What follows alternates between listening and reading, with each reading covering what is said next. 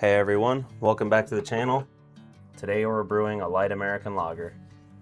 For today's recipe, the grain bill is made up of 75% or 6 pounds of Belgian Pilsner malt and 25% or 2 pounds of flaked corn. Pilsner malt provides a light, bready malt backbone, while the flaked corn helps create the smooth, easy drinking character that's become a hallmark of American lagers. So we've already mashed in, and I held the mash temperature at 155 degrees Fahrenheit for 60 minutes, and then we're moving on to the boil.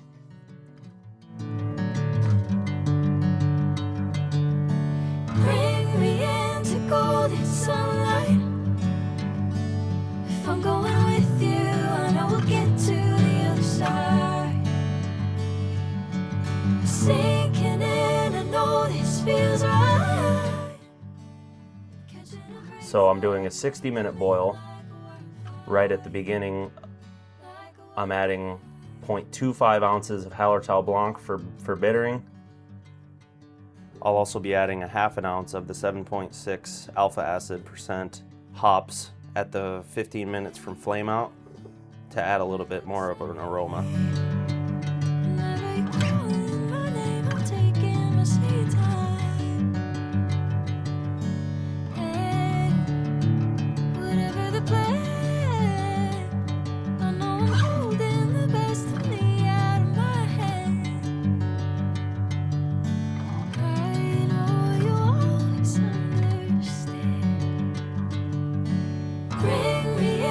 Golden sunlight.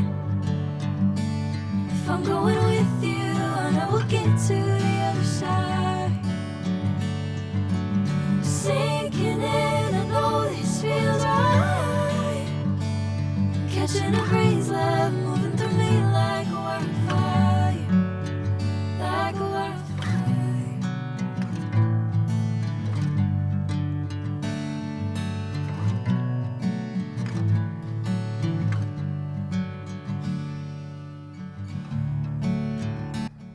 After the boil is done, it's time to chill our wort until it gets down to about 93 degrees is what I pitched the Lutra at. So we're gonna cool it down as quick as possible in this ice bath. I don't know if you can see, but the ice is all melted, but that'll be fine. And then once we get it to a low enough temperature, we're adding it to our fermenter here. And then once all of our beer is added, we will be adding our yeast and our yeast nutrient.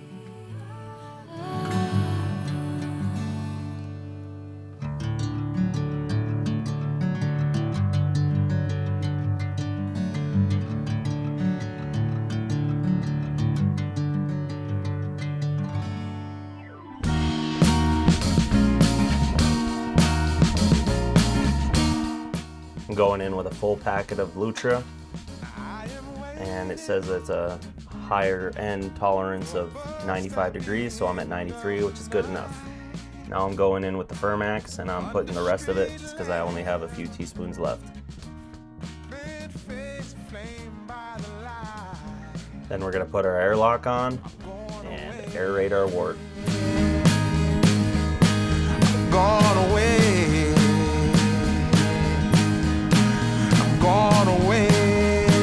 And then once our wort is aerated, we're going to put it in a cool, dark place until it's done fermenting.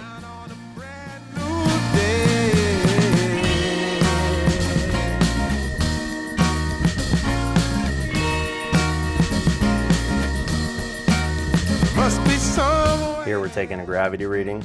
The temperature was a bit high still when I took this reading, but once I let it sit for a little bit, we came out to a 1.050. As much as I can hold, I'm gone away. I'm gone away. After just 3 hours in the fermenter, our beer started fermenting vigorously because of that Lutra Kveik. And the sun gonna shine on a brand new day for me. A brand new day for love. Alright, we're going to be doing a gravity reading to see if this beer has stalled or if it's done. Let's check it out. Motorboat.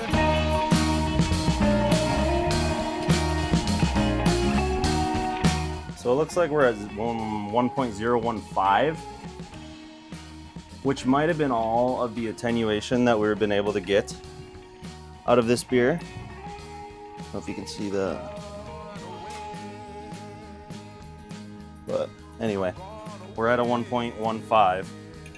So it might be done, which means it fermented in 20 hours.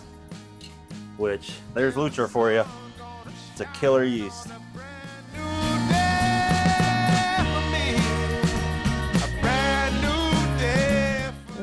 Swilled it up a little bit, but that's fine. I'm gonna try to see if I can reuse this Lutra, so I can use it for future batches. Because at $9 a packet, it ain't cheap. I'm gonna go set this somewhere sanitized. I'm gonna just go in with this bottle of Star San and spray all my racking cane and all my tubing and stuff. I'll spray the inside of the bucket as well. All right, let's do it.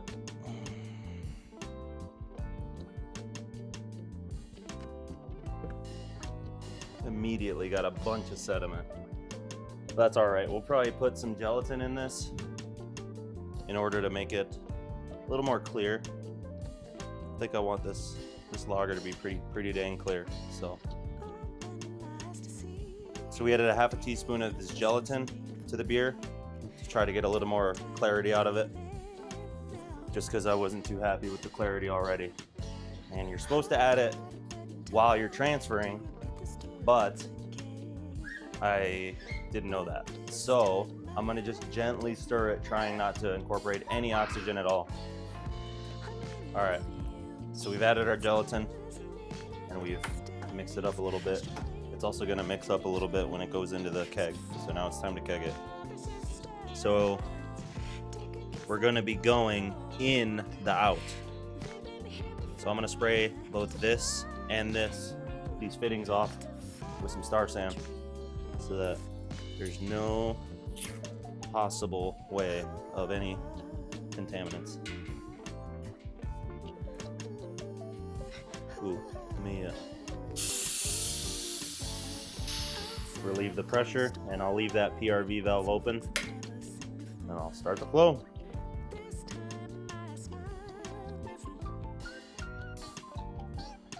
I'm gonna set it kind of like that, and then I'll move it over once the gravity stops pushing it. But now we wait. Time lapse time.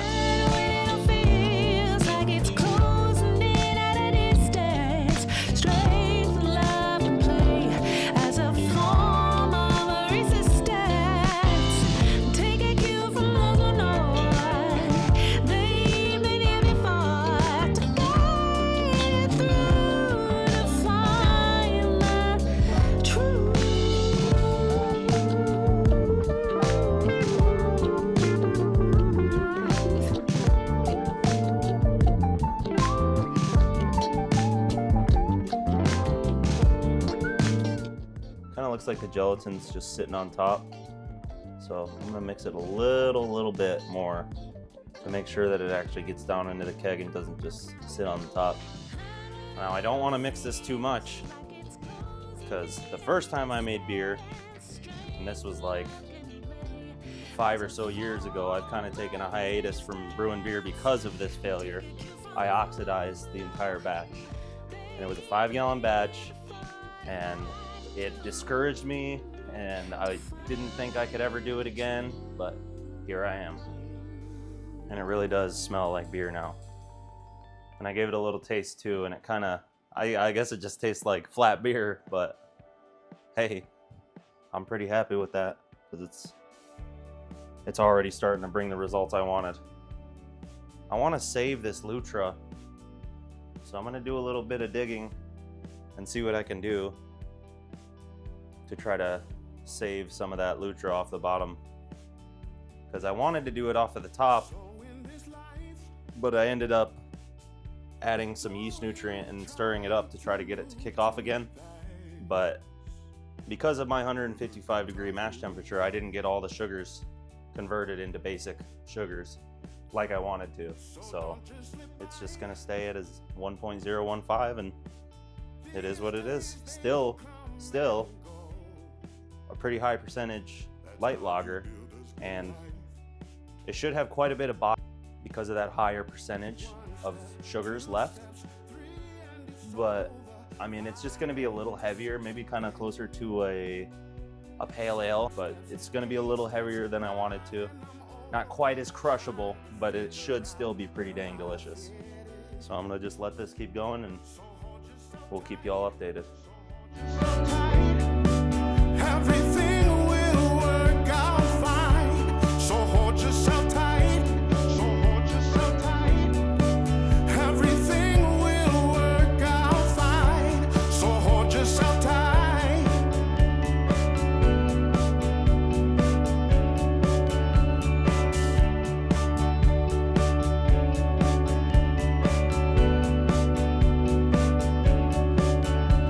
One step, two steps, three, and it's over. 5 into 6 again. That's all she wrote.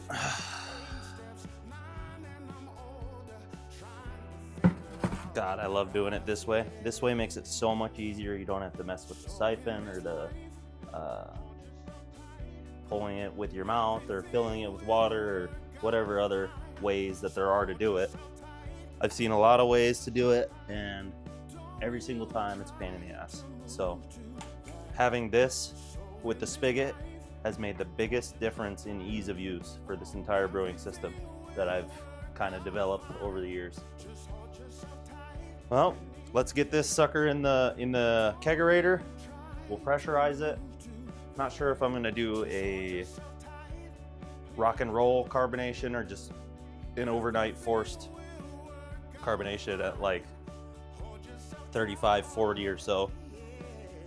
But I definitely also want to give the gelatin some time to work, so I'm going to do a little research on that and make sure that I'm doing the right thing by putting it in the fridge right away. But I think it should, because it'll help it settle, everything settle with the cold crash anyway. So, all right, I'll keep you all updated as it becomes ready, and I'll share some clips of it coming off the tap. All right, let's get this keg in there and hook it up to some CO2.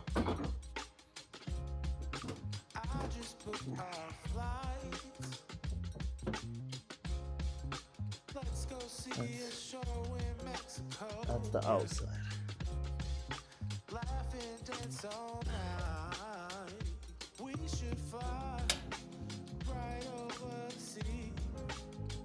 You heard it pressurize. I'm going to purge it a little bit.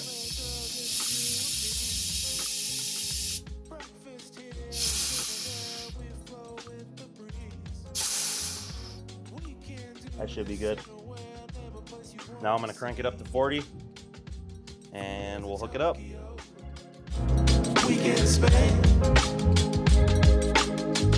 out there in the pieces, chilling all day with your feet up. Don't matter where we go, always stays the same.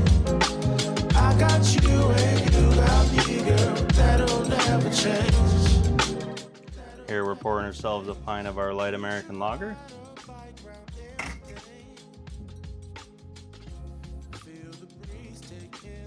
Beautiful.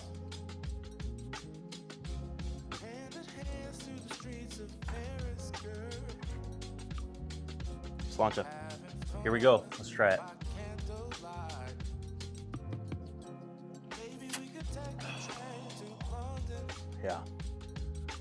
Yeah, that's crushable.